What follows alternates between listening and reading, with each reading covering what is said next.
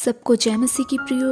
एक बार फिर हम नए वीडियो में परमेश्वर की वचनों को सिखाने जा रहे हैं। आइए हम वीडियो को शुरू करते हैं।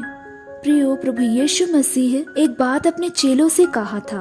मत्ती 6 अध्याय और उसका 41 पद में, जागते रहो और प्रार्थना करते रहो कि तुम परीक्षा में ना पड़ो। आत्मा तो तैयार है परंतु शरीर दुर्बल है। प्रियो, अगर इस वचन को हम ध्यान से पढ़ते हैं तो प्रभु यीशु मसीह अपने चेलों को एक बात सिखाना चाहते थे कि हम परीक्षा में ना पड़े, क्योंकि परीक्षा में पड़ने से हम परमेश्वर से अलग हो सकते हैं, या हम पाप में गिर सकते हैं, या कई सारे कष्ट में पड़ सकते हैं, या कई सारी चिंताएं में पड़ सकते हैं, जिससे हमारा शरीर आत्मा दोनों का नुकसान हो सकता है। इसीलिए प्रभु यीशु मसीह अपने चेलों से कहा, निरंतर प्रार्थना में लगे रहो ताकि तुम परीक्षा में ना पड़ो।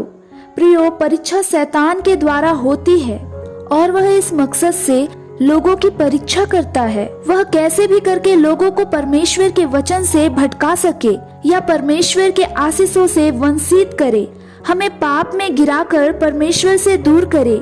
यही सोच अलग लोगों के जीवन में शैतान परीक्षा को लेकर आता है, और कभी कभी शैतान लोगों के सामने ऐसी अभिलाषा को लाता है जो लुभाने वाली है, ताकि मनुष्य अपने अभिलाषाओं में खींचकर पाप में गिराए जाए या परीक्षा में गिर जाए, जैसे कि धन की अभिलाषा।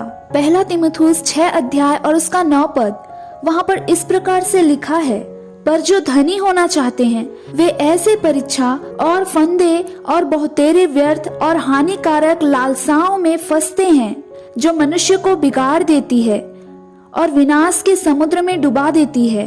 प्रियो, प्रभु यीशु मसीह नहीं चाहते हैं कि मैं और आप परीक्षा में गिरे। प्रभु यीशु मसीह चाहते हैं कि हमारे जीवन में परीक्षा ना आए। इसीलिए वो अपने चेलों को सिखाते हैं कि प्रार्थना करते रहो कि तुम परीक्षा में ना पड़ो।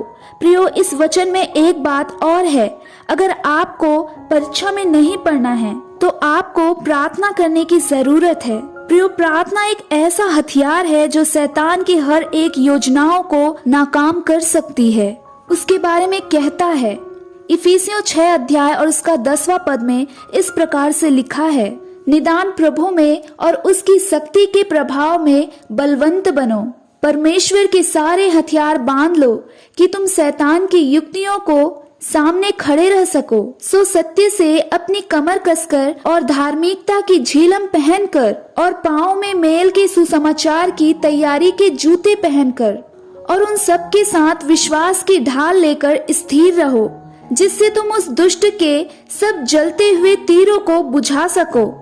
इस सब को लेकर जरूरी बात यहाँ है 18 पद में, और हर समय और हर प्रकार से आत्मा से प्रार्थना और विनती करते रहो, और इसीलिए जागते रहो कि सब पवित्र लोगों के लिए लगातार विनती किया करो। जैसे एक सैनिक अपने साथ पूरी ड्रेस पहने रहता है, वैसे ही हमें वचन के अनुसार सत्य, धार्मिकता, सुसमाचार, विश्वास, उद्धार आत्मा, इन बातों को लेकर अपने जीवन में रखे और इस सब को लेकर चले।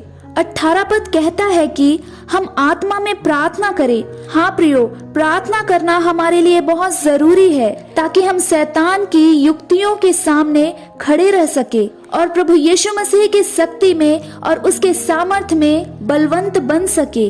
प्रियो, प्रार्थना ही एक ऐसे माध्यम है जिससे आप अपने जीवन में परीक्षा आने से रोक सकते हैं। लूका रचित सुसमाचार उसका 21 अध्याय और 36 पद इस प्रकार से कहता है, इसीलिए जागते रहो और हर समय प्रार्थना करते रहो कि तुम इस सब आने वाली घटनाओं से बचने और मनुष्य के पुत्र के सामने खड़े होने के योग्य बनो। प्रियो, अगर हमारे जीवन में हर एक जो आने वाली जो घटनाएं हैं उनसे बचने के लिए भी एकमात्र उपाय है, वो है प्रार्थना। प्रार्थना के द्वारा हम हर एक परीक्षा का सामना कर सकेंगे। प्रियो, हमें परीक्षा में पढ़ना अजीब बात है, लेकिन कुछ लोग उसे निकलने में असमर्थ होते हैं। इसीलिए मेरा मानना है कि हम परीक्षा में ना पड़े, हम हर समय प्रार्थना करते रहे, क्योंकि परमेश्वर ही परीक्षा में हमारी मदद करता है और परीक्षा से हमें बचाता है। पहला कुरिन्थियों 10 अध्याय और उसका 13 आयत इस प्रकार से कहता है, तुम किसी ऐसी परीक्षा में नहीं पड़े जो मनुष्य के सहने से बाहर है, और परमेश्वर सच्चा है। वह हमें सामर्थ्य से बाहर परीक्षा में ना पड़ने देगा, वरन परीक्षा के साथ निकास भी करेगा कि तुम सह सको। इसीलिए अपने लिए, अपने परिवार के लिए, कलीसियाओं के लिए निरंतर प्रार्थना करते रहो। आप सबको जय मसीह की। इन वचनों के द्वारा आप सबको परमेश्वर आशीष दे। आपकी प्रार्थना का उत्तर परमेश्वर आपको जरूर दे। God bless you all.